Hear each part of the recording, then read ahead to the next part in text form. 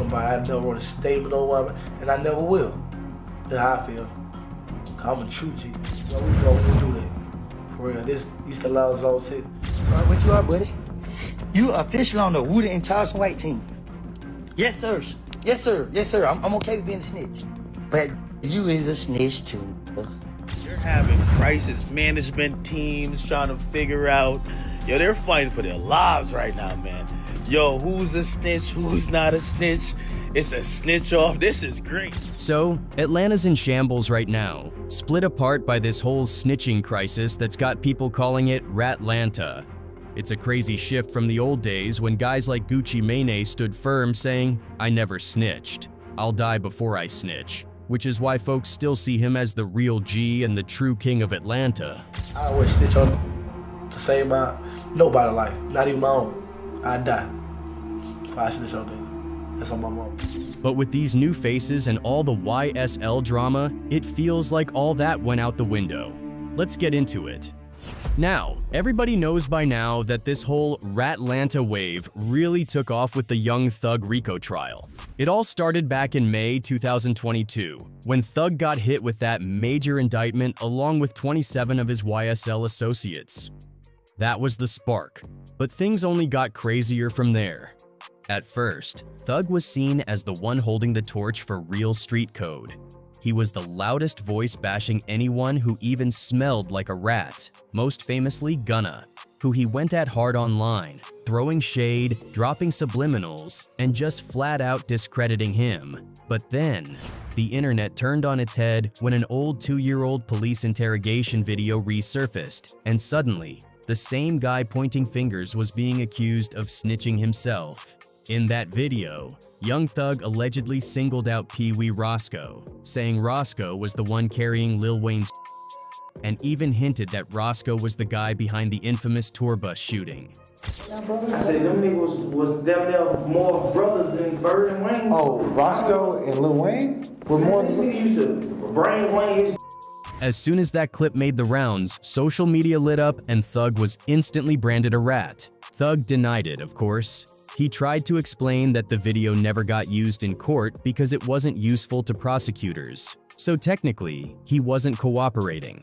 His line was that outsiders were just trying to cause division within Atlanta's rap scene. But the denials didn't hold weight for long because more leaks started dropping. Suddenly, you had leaked jail calls hitting the internet. In one, Thug is allegedly heard talking to 21 Savage, blaming Gunna for fueling the RICO case. He said Gunna lied when he admitted YSL was a gang and knew people committing crimes under it, and that Gunna basically took a man's life with those statements. In another call, he supposedly questioned Lil Baby's ties to Quality Control CEO Pierre P. Thomas, throwing out rat accusations there too. Then, there was that viral call where Thug could be heard saying, "Promises, I made promises, whatever, anything you want to know in time, I'ma tell you, but don't tell the world." At that point, everybody dragged Thug through the mud. Fans, media, even insiders in the Atlanta scene. Keep him 6 more months. Locked up in them conditions like that there, he'll tell to get out of jail too.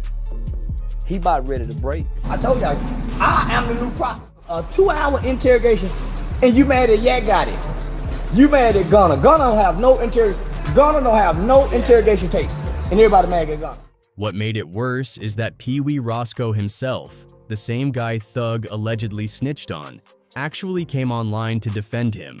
On IG Live, Roscoe said his definition of a rat is someone who cuts a deal with the government to save themselves when they're already guilty, and that Thug didn't do that. A snitch is someone that comply with the government, just bargaining for their freedom when they have done something illegal. That's what you're supposed to do. When you go in interrogation room, that's what you do. He told you, man, we say the Wayne Carter week. But people weren't buying it. They said Roscoe had been brainwashed, or worse, pressured by Thug to hop online and play defense. That move only made things look messier. If y'all talking about like Gunna ratted from saying yes ma'am, you mean to tell me this not making a rat by saying they said Roscoe the bus up?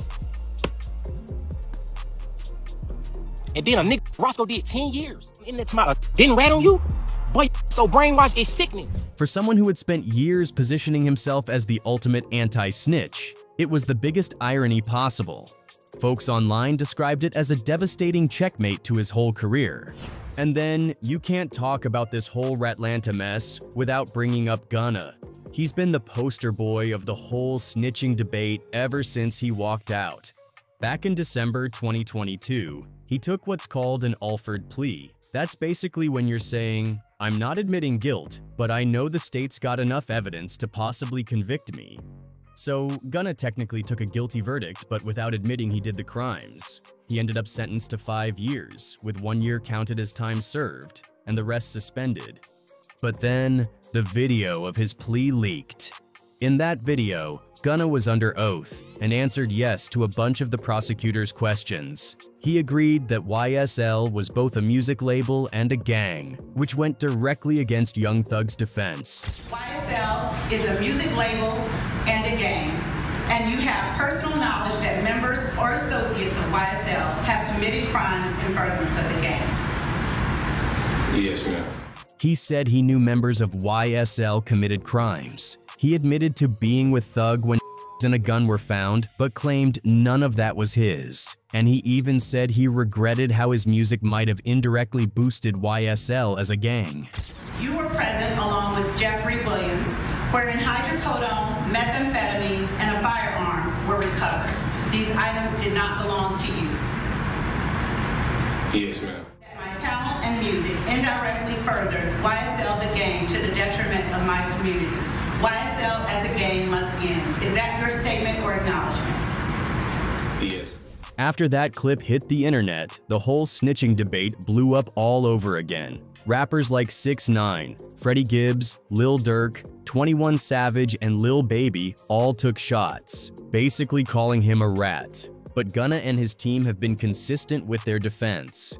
They said he never sat down for interviews, never made statements outside of the plea, never agreed to testify, and never planned to be part of the trial. His lawyer, Steve Sato, even doubled down, saying his statements couldn't be used against anyone else in the case. Gunna himself clarified that when he first joined YSL back in 2016, he just saw it as a collective of Atlanta creatives, not a gang. But it doesn't stop there, because you also gotta mention Ralo. Ralo had been an affiliate of Thug and the Atlanta rap circle for years, but he wasn't immune from the accusations either. Back in 2018, Ralo got arrested after nearly $1 million worth of weed was found on his private plane. He pleaded guilty in 2023 and got probation, but his rat status kept coming up. He admitted at one point that he lied to the feds on purpose to trick them, but insisted he never put anyone in jail. Then, in mid-2025, Ralo turned the tables and started calling out Thug directly. He accused Thug of purposely causing division, dropping names like Lil Baby, 21 Savage, and Gunna. According to Ralo, Thug even told Lil Baby to cut him off by spreading fake snitching narratives. That, of course, set off another back and forth. Thug fired back, saying Ralo was the real rat, not him. Thug claimed Ralo actually told on people who went to jail for crimes he named. He also said Ralo had offered to testify against both him and YFN Lucci just to get out of his own case. Then you've got Upfoonk, Young Thug's older brother.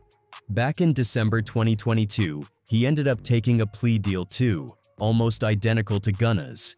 He pleaded guilty to RICO and theft by receiving stolen property. His sentence came out to 12 years, but with 2 years counted as time served and the rest, 10 years, on probation. As soon as that news broke, the internet went wild, accusing him of turning his back on his own blood. But Upfoonk wasn't having it. He hopped on social media and clapped back, writing, "Damn, people really think I told on my own brother SMH. Show me in the paperwork I told on anybody, LOL. I'm not even finna entertain any of it. Peace and blessings." He tried to downplay the noise, but Reddit and blogs tore into him. A lot of users said it is basically the same plea Gunna took. Some even argued it was worse because, unlike Gunna, Upfoonk is literally Thug's brother. Then, you've got Lil Woody, probably one of the most controversial names in the whole YSL saga. Woody has been painted as the prosecutor's golden boy. His story started unraveling after his October 2021 arrest, when he got caught in a traffic stop with a loaded magazine. What made things spiral was the leaked interrogation video from that night. In the footage, Woody looked way too comfortable in that chair, talking about murder plots, warning cops that Thug was getting reckless, and straight up sounding like he was ready to hand them the whole YSL playbook. He's still stupid. You know what I mean? Like, you rich, why would you be stupid? That's why I get away from him. I go, I get away from him. That's why you never see me post. I don't know, I mean, I just hate being around. He admitted to shooting up rich homie Quan's father's barbershop with his homie Threat, Trevante Turner, because Threat was beefing with Quan. He even said it was done as a message to prove YSL wasn't to be played with. That video went viral and instantly made Woody the face of snitching in the YSL case. But he wasn't done. Woody would later come out swinging, calling young Thug himself a rat, saying Thug had basically joined the rat community just like him and a few others. You official on the Woody and Charleston White team? Yes, sir. Yes, sir. Yes, sir. I'm okay with being a snitch. But you is a snitch too. Now let's slide over to Lil Baby. Baby wasn't even charged in the YSL case, but he still got sucked into the snitch storm. By 2024, rumors started swirling that Baby had cooperated in some unrelated legal situation. Rappers were calling him out, blogs were posting screenshots, and suddenly his name was floating around the same conversations as Gunna's and Thug's. On top of that, his friendship with Gunna got shaky. What's the relationship with you and Gunna right now? I don't got no relationship. Allegedly, Young Thug mentioned on one of those leaked jail calls that Gunna might have thrown shots at Baby on his 2023 song Bread and Butter.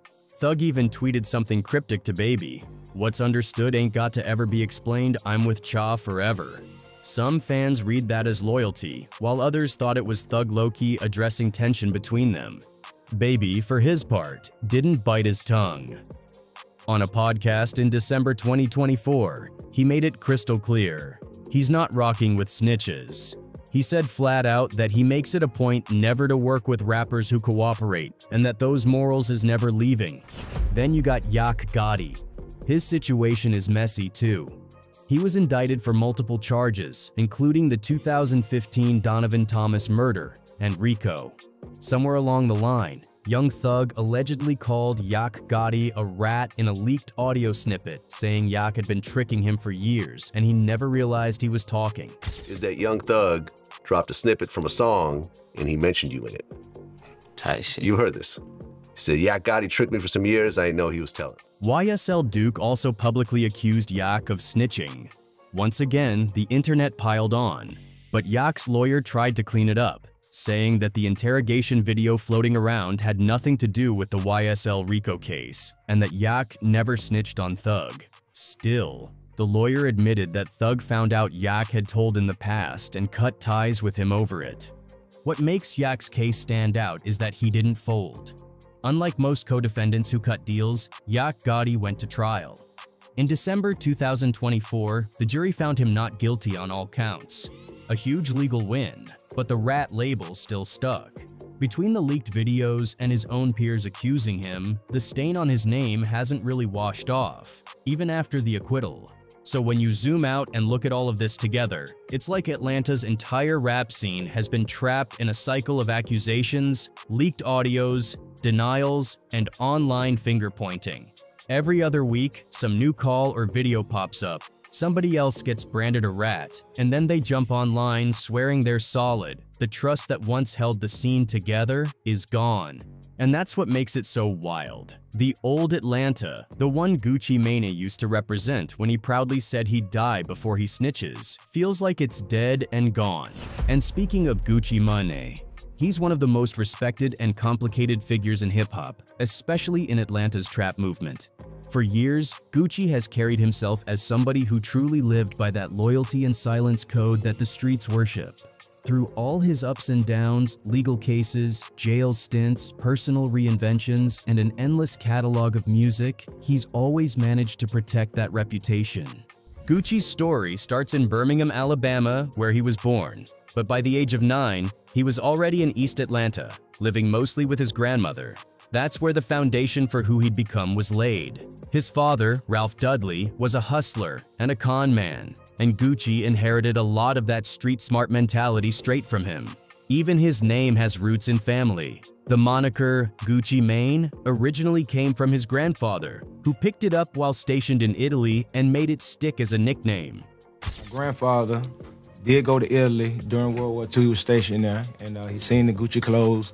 You know, he came back, he called my dad Gucci Boy, and he called my uncle Gucci Mane. His intro to hustling came young. One Christmas, his mom gave him $50, and instead of spending it on toys, Gucci flipped it into crack. That first taste of the game set him on the path. By 2001, he caught his first documented charge, selling to an undercover cop. He got hit with probation, and that moment, plus the fact he had just been kicked out of Georgia Perimeter College, forced him to shift focus. If hustling wasn't going to work forever, rap had to be the way out. The breakthrough came in 2005 with So Icy, a collab with another rising Atlanta star, Young Jeezy. The song was a smash, but the success didn't bring unity, it sparked chaos. The two got locked in one of hip-hop's longest-running beefs after they started fighting over who owned the record and who had rights to it. Jeezy made it personal when he dropped Stay Strapped, and basically put a bounty on Gucci's chain and his head with the lines, "I got a bounty on that ish, dude, 10 stacks. So if he come to your town and you just happen to snatch that mother F off his neck, I'ma shoot you the 10 stack, man, so I can cremate that mother F." Not long after that, in May 2005, things got real. Gucci was in Decatur, Georgia, when he was ambushed by a group of men tied to rival crews. He visited a young lady, went over to her place. She was there, he was there. At one point, she opened up a door. 5 guys come running in. In the scuffle, Gucci pulled a gun and let off shots. One of the attackers, Henry Pookie Locke Clark III, ended up dead. His body was found later, and Gucci immediately turned himself in, telling police it was self-defense. Another guy had a weapon, hit one of the other guys with a weapon. It became a situation where he defended himself. By January 2006, prosecutors had to drop the murder charge. There just wasn't enough evidence to convict. Gucci walked free, but the shadow of that shooting never left him. If anything, it became part of his legend. Instead of ducking it, Gucci leaned into it. He turned Pookie Locke's death into a recurring theme in his music and his beef with Jeezy. He taunted Jeezy for years, even going as far as saying in their 2020 Versus battle, "Go dig your partner up, dude, bet he can't say ish." Put that in the dirt. I tell you what. Smoking on Pookie Load tonight. And even as recently as 2024, he was still referencing it in his music. On the track Rumors, he rapped, "DA dropped my murder, didn't have evidence to prove it. I think my house is haunted. Yeah, by who? The ghost of Pookie." Gucci Mane's legacy is also tied to his long, complicated history with the law. Few rappers have been through as much as him and managed to come out the other side not only intact, but stronger. Over the span of his career, Gucci has been arrested around 9 times and spent more than 4 years locked up.